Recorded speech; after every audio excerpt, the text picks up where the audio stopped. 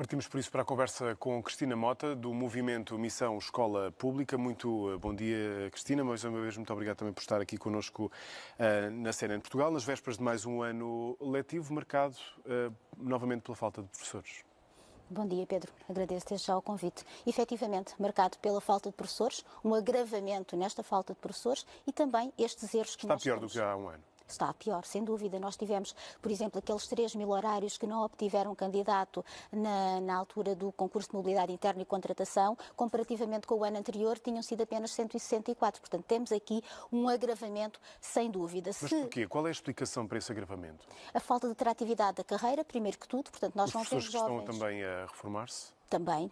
Portanto, só neste mês de agosto tivemos 254 reformas. Portanto, as reformas, a falta de atratividade, o facto de nós não termos incentivos para jovens ingressarem nos cursos via ensino e também não termos outros que façam as pessoas deslocarem-se para os sítios onde existem, de facto, falta de professores, garantem que nós temos sempre um ano letivo marcado pela falta de professores que, portanto, que vai ser visível a partir do dia 11, início do ano letivo. Mas há medidas que o Governo apresentou nos últimos meses, como, por exemplo, a simplificação na vinculação de professores, o alargamento do apoio à deslocação a todos os docentes, também fora da área de residência, benefícios para quem queira continuar na profissão depois da reforma. Ainda assim são medidas insuficientes, no seu entender? São gotas no oceano. Portanto, são medidas que não vão mitigar de forma significativa a falta de professores ou, neste caso, mitigar o número de horários sem colocação que nós obtemos nas zonas carenciadas. Efetivamente, o subsídio de deslocação poderia ser aqui uma resposta se ele tem sido aplicado, como, por exemplo, nós temos o subsídio de compensação dos magistrados que não é tributado a nível do IRS. Lembramos que os magistrados têm cerca de 900 euros para esse subsídio, que é pago 14 vezes por ano e não é tributado a nível de IRS. Os professores não têm o subsídio apenas durante o tempo de aulas. Assim que as aulas terminam, o subsídio é reduzido e, tendo a tributação a que é sujeito, faz com que não seja possível, portanto, alugar uma casa onde temos, efetivamente, carência de professores. Mas, Pedro, eu hoje gostava de frisar aqui uma questão. Nós temos falta de professores, sem dúvida, mas, acima de tudo, temos falta de professores que queiram estar nas salas de aula nas condições em que nós temos neste momento quer a carreira, quer, portanto, a sala de aula, com a questão da burocracia que nós temos, com o facto de os professores terem vindo a perder a autoridade, tudo isso junto faz com que nós tenhamos efetivamente... Quais são os principais problemas que levam a que os professores não queiram dar aulas nestas condições? Neste momento, a falta de atratividade e, neste caso, para já, em termos de salário, que não compensa efetivamente os custos para se deslocarem. E eu hoje trago aqui alguns dados. Saiu a segunda reserva de recrutamento e já agora para se perceber. Nós vamos ter, durante todo o ano letivo, dois concursos que vão funcionar em simultâneo. Portanto, nós vamos ter a reserva de recrutamento, que é o concurso normal, nacional, e vamos ter as ofertas de escola, que até há 5 anos atrás visavam apenas colmatar falhas a nível de horários inferiores a 8 horas, mas que agora, efetivamente, é onde está a recolher o maior número de colocações. E, como eu estava a dizer, na sexta-feira teve lugar a segunda reserva de recrutamento e nós vamos ouvir o Ministro da Educação referir que foram colocados 1.400 professores. Mas é muito importante nós sabermos onde é que estes professores efetivamente foram colocados. E eu trago aqui um gráfico que mostra que a colocação de professores não ocorreu onde existe carência de professores. E mostro então este gráfico onde se vê que efetivamente está num tom mais avermelhado a zona onde os professores foram colocados. Ou seja, a norte e sem é onde dúvida estão a ser colocados. Exato, portanto, não onde existe carência de professores. E depois trago aqui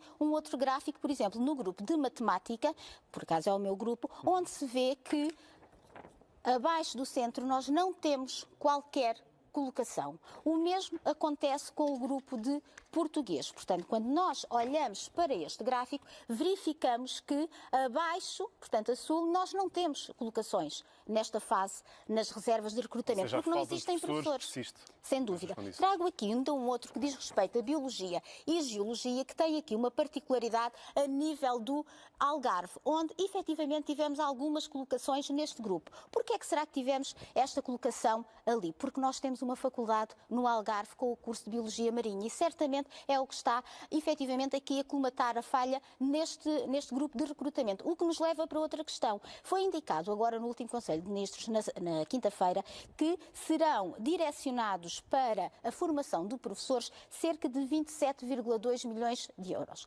Ora, para já, nós precisamos de ter em conta, e não havendo faculdades nesta zona, que esse valor, e aliás ele está previsto, ser para a educação básica e para os mestrados, ou seja, a nível de pré-escolar, primeiro e segundo ciclo. E depois nos mestrados. Lembro que, por exemplo, no meu grupo, que é a matemática, um professor para se formar tem de ingressar primeiro numa licenciatura geral em matemática e depois então no mestrado via ensino.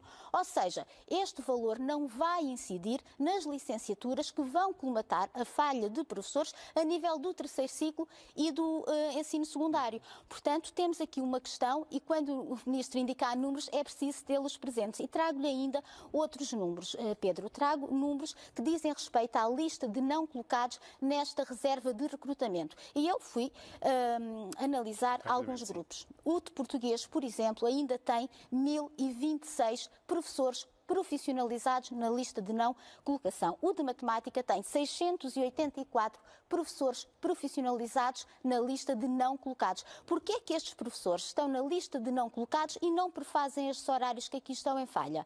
Porque realmente não têm qualquer atratividade para se deslocarem onde é a sua área de residência, e certamente a norte. Tem a ver com a distribuição. São muitos professores, por exemplo, que estão a norte, mas que não têm condições para ir, por exemplo, para o sul. Exatamente, e que teriam, efetivamente, se tivéssemos uma atratividade, tivéssemos aqui uma resposta em concreto, por exemplo, a nível do subsídio, nós até indicámos agora numa carta que enviámos ao Ministro na passada semana, com algumas propostas, nós chamámos de uma lista de material para conseguirmos colmatar. E no que diz respeito aqui a questões territoriais, nós indicamos que poderiam ser colocadas medidas, além da remuneração, que tem que ser revista, mas também compensação monetária para que os professores saiam destas listas de não colocados e venham por fazer os portanto, horários que carecem de colocação. Temos medidas que são imediatas, esta seria uma delas, mas depois precisamos de medidas a médio e longo prazo que para o ano ou para o seguinte venham efetivamente a mostrar um ano letivo diferente daquele que nós temos